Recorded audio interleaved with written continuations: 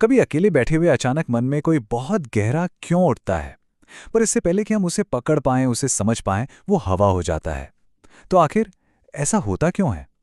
चलिए आज इसी सवाल का जवाब ढूंढने निकलते हैं। तो ठीक है, सबसे पहली और शायद सबसे बड़ी रुकावट की बात करते हैं। और वो है हमारी रोजमर्रा की जिंदगी की जद्दोजहद, यानी बस जीने का संघर्ष।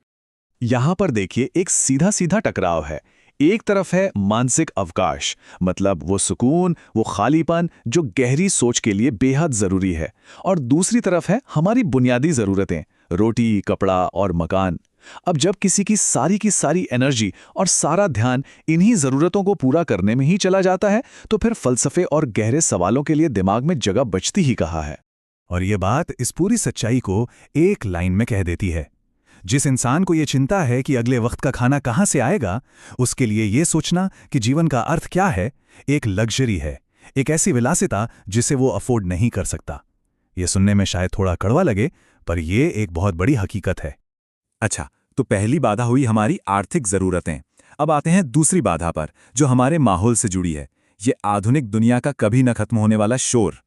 जरा सोचिए, आप एकदम शांत बैठे हैं और अचानक मन में गहरा सवाल कौंधता है, जिंदगी को लेकर, इस दुनिया को लेकर, या खुद अपने वजूद को लेकर।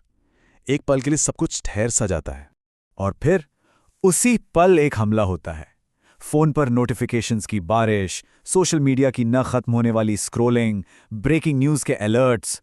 वो जो कीमती खामोशी का एक पल मिला था, वो जो एक नाजुक सा सवाल मन में आया था, वो इस डिजिटल शोर के तूफान में कहीं गुम हो जाता है। तो नतीजा ये है कि जैसे ही कोई गहरा विचार हमारे अंदर जन्म लेने की कोशिश करता है, हमारी ये दुनिया उसे तुरंत दबाने के लिए हजारों साधन हमारे हाथ में थमा देती है। अकेलापन, एकांत अब बहुत मुश्किल से मिलता है, और उसके बिना दार्शनिक सोच लगभग नामुमकिन है। लेकिन चलिए एक मिनट के लिए मान लेते हैं कि किसी के पास वक्त भी है और शांति भी। क्या इतना काफी है? नहीं, क्योंकि अब आती है आखिरी और सबसे अंदरूनी बाधा, और वो है साहस की कमी। अब ये दार्शनिक साहस होता क्या है? ये कोई आराम की चीज नहीं है। इसका मतलब है जानबूझकर खुद से वो कड़वे सवाल पूछना जिनसे हम आम तौर पर भागते हैं।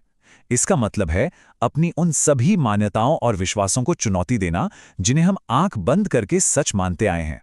और हाँ, ये स्वीकार करना कि इस प्रोसेस में दिमाग बहुत थकेगा। ये रास्ता आसान बिल्कुल नहीं है। तो इन सारी बाधाओं को समझने के बाद हम किस नतीजे पर पहुंचते हैं? बात घूम फिरकर एक बहुत ही जरूरी चीज पर आकर टिकती है, और वो है एक चुनाव, एक चॉइस।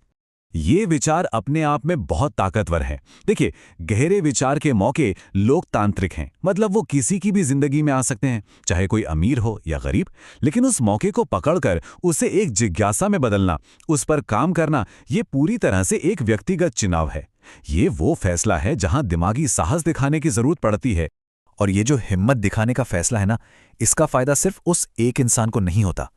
जब कोई इस मुश्किल रास्ते पर चलता है, तो उसकी सोच, उसकी खोज पूरे समाज के लिए एक वैचारिक संपदा, एक इंटेलेक्चुअल एसेट बन जाती है। ऐसे ही नए विचारों से समाज आगे बढ़ता है, बेहतर बनता है। और मैं आज की इस चर्चा को इसी एक सवाल के साथ छोड़ना चाहूंगा। आज की इस भागदौड़ और शोर से भरी दुनिया में अगर हम सब थोड़ा सा साहस दिखाएं और गहरा सोचने की हिम्मत करें, तो हमारे समाज की सबसे बड़ी वैचारिक संपदा क्या हो सकती है, इस पर सोचिएगा जरूर।